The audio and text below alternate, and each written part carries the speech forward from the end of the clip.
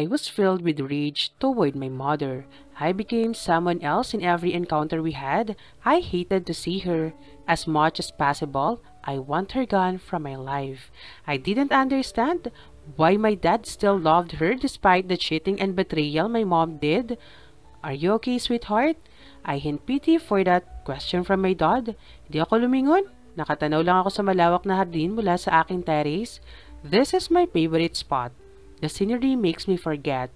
Having a beautiful and well-landscaped garden with different flowers makes me feel at ease.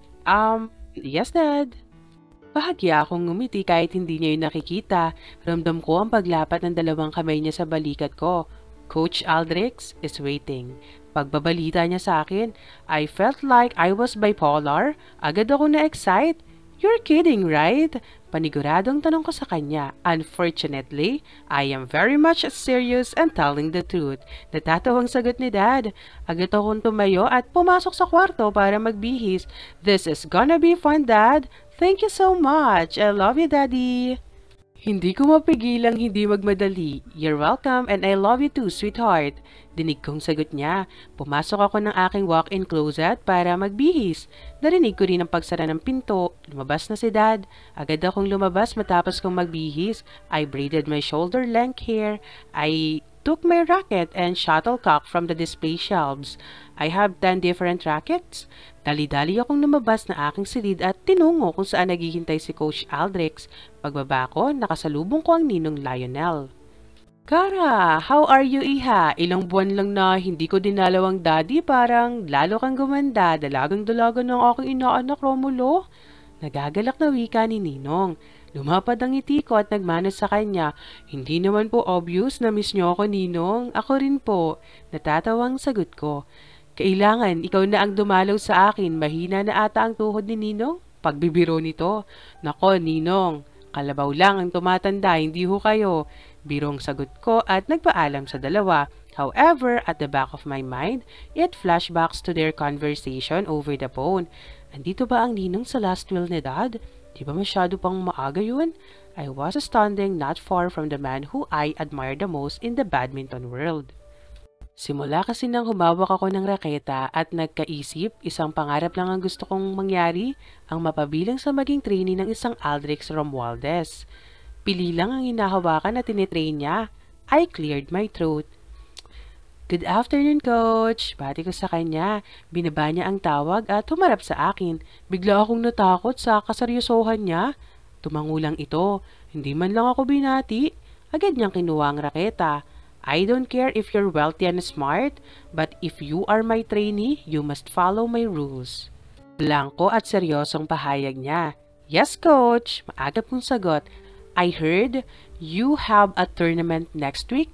You will have to train for 3 hours a day after school. I don't care how you manage your time. I want a winning player, not a loser. Diretsahang sagot niya. I am Cara Ledesma, and Aldrich Romualdez will not scare me. Losing doesn't exist in my system, and I manage my time and study very well. You don't have to worry about that. Seryosong sagot ko. I had lost my excitement. It had been replaced by eagerness. Tumaas ang kilay ni Coach sa sagot ko. He smirks as if he were challenging my abilities. I don't give him the satisfaction of belittling me. Matapos ang initial orientation niya sa akin mula sa rules niya, techniques, and how to beat my opponent, agad akong humanga sa kanya. As our training start, masyado siyang confident na ordinaryong player lang ako na susuko agad dahil napagalitan ako. This is not the player I want, he said frankly. Tumingin ako sa mga mata niya. This is our first training. Don't expect me to be a master right away. Seryosong sagot ko. Because if I am, you are not here in the first place to train, isn't it? Dagdag ko pa. I know I am good, but he's better. His movement and style were excellent. His technique was precise. Kinuha ko ang tumbler para uminom ng tubig. Bumalik ako sa court at sinuri siya ng tingin. As we started, the 4 major techniques I learned were over and under. Overhead, forehand, underhead, backhand, underarm, forehand, and underarm, backhand. Sinabayan ko ang bawat galaw at hampas niya ng shuttlecock, but he was weak on the underhand backhand, and that was my advantage. He was overconfident just because I was a novice, but not on my watch. I will use that weakest point against him. After almost 3 hours, hingal na siya. A clapping from my ninong Lionel made me stop. Ninong, you should stay for dinner. Masayang aya ko sa kanya. Kumuha ko ng towel para magpunas ng tagaktak kong pawis. Not a bad coach. What do you think? There, I saw a genuine smile from him. Not bad after all, sagot nito at inayos niya ang kanyang mga gamit. Romulo, a new champion was born. Aldrich, what do you think sa inaanak ko? Dinig kong tanong ni Ninong, parang tumigil ang mundo ko sa kung ano ang maging sagot ni Coach. I heard him clear his throat. I like the way she studies her opponent's weakest technique but more practice on her underarm backhand. Seryosong saad ni Coach. Tumangutango ako para tanda ng sinabi niya. Bueno, let's have dinner to celebrate this. Masiglang pag-aaya ni Dad. Thank you. Simpleng saad ko kay Coach. Tumango naman siya, pero seryoso pa rin. The dinner was okay because my mother wasn't around. Mas tahimik ang mundo naming lahat. Kanina, pagdating namin parang sasabog ang puso ko sa inis. I know I was rude, but how could I respect her? Harap-harapan niyang niloloko ang daddy ko, no? Daddy Romulo was the best dad for me. Despite of my mother did, hindi siya hiniwalayan ni Daddy. Iyon ang pinagtataka ko. Daddy is a very fine and handsome man. Even though he could find a woman who would take care of him and love him faithfully, he remained loyal to my mother. Kahit harap-harapan na siyang iniinsulto na inutil at walang silbi, I'm not sure how this happened. Hanggang ngayon gusto ko pa rin malaman at makilala ang tunay kong ama. Nahihiya lang ako magtanong kay Daddy sa ganitong usapin dahil ayoko siyang saktan. Lalo pa, hindi siya nagkulang na ibigay sa akin ang lahat. But still, I am holding for something in the deepest part of my heart. That something is hope. Hope that one day, a man will show up and claim to be my biological father. I am watching the photograph of me and my dad taken on the beach. It has been a very long time since then. Si Yaya Siding pa ang kumuha ng litrato na ito. It brought back a smile to my face to reminisce about that particular moment. This was one of my happiest moments. I was looking at the ceiling when I heard a beep on my phone. Walang may nakakaalam ng number ko maliban sa school records, hospital records, and few people in my life. I had no friends. Kaya wala akong inaasahang magpapadala ng mensahe. Kinuha ko ang phone ko. An unregistered number? Good night to the most beautiful young woman I have ever known. RDT. Napakunot ang noo ko. Pero kung anong ka ba ang nararamdaman ko? Mariin akong pumikit.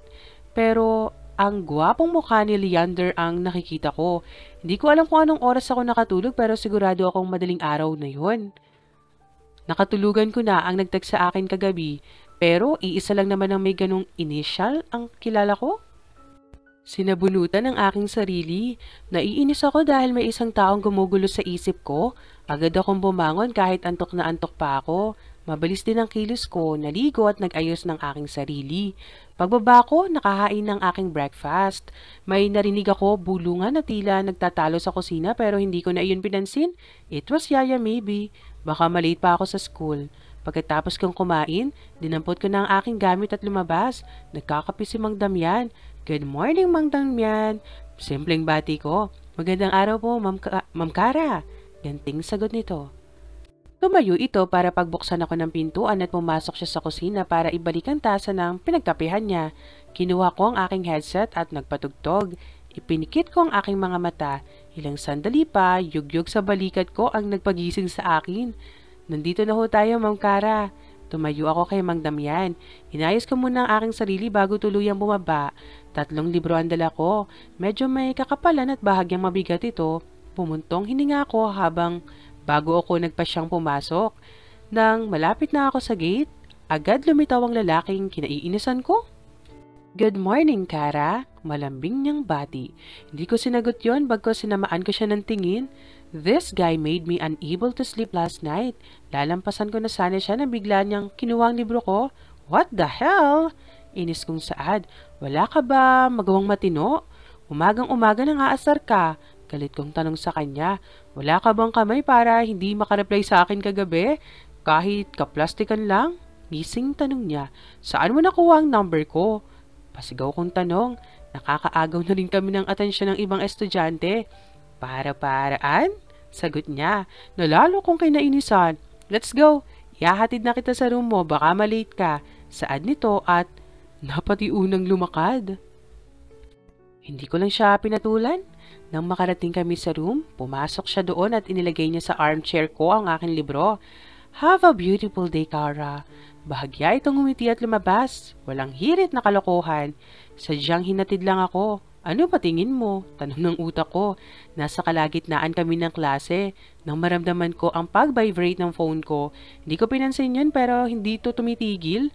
Binuksan ko ang aking backpack para tingnan kung sino ang tumawag sa oras ng klase ko. It was Dad. Dali-dali ako nagpaalam sa teacher ko para sagutin ang tawag. Hindi kasi tatawag ng ganitong oras yon, lalo pa alam niya na nasa klase ako. Dad? Alanganing tanong ko. Hello, Miss Ledesma? Isang boses na lalaki ang sumagot sa akin. Binalot ako ng kaba at takot. Yeah, this is her. Why are you holding my dad's phone? Seryosong tanong ko. Can you come over to the hospital? Agad nanlamig ang buong katawan ko. Hindi ako makasagot. Hello, Miss Ledesma. Can you come over to the hospital? Ulit niyang tanong. Yeah. Bigla akong natauhan. What happened to my dad? Tanong ko. Just come and I'll explain here. Yun lang at namatay na ang tawag. Agad bumuhos ang masaganang luha sa aking mga mata. Parang piniga ang puso ko. I am scared of losing him. Nag-vibrate ulit ang phone ko. It was Mang Damian. Mang Damian? Susunduin niyo ako. Kailangan ako ni Dad sa ospital. Nanginginig ang boses ko. Pinagpawisan ako ng malapot. Andito ako sa labas ng gate, Ma'am Kara. Sagot nito. Agad akong pumasok sa room para magpaalam sa teacher namin. Are you okay, Miss Ledesma? Bungad agad ng aming guro. My apologies, ma'am, but I have to leave. My father needs me. Yun lang. Hindi ko na hinintay ang sagot niya. Kinuha ko ang aking bag at patakbong lumabas. Nanlalabo ang aking mga mata. I was really scared. Nakaramdam ako ng pagkahilo at parang umiikot ang aking paligid. Natanaw ko si Mang Damian nang biglang nagdilim ang paningin ko. Ma'am Kara! At that moment, I was caught in the arms of a strong man. That scent was very familiar. I slowly regained consciousness but felt like I was moving. When I opened my eyes, I saw Leander's worried face.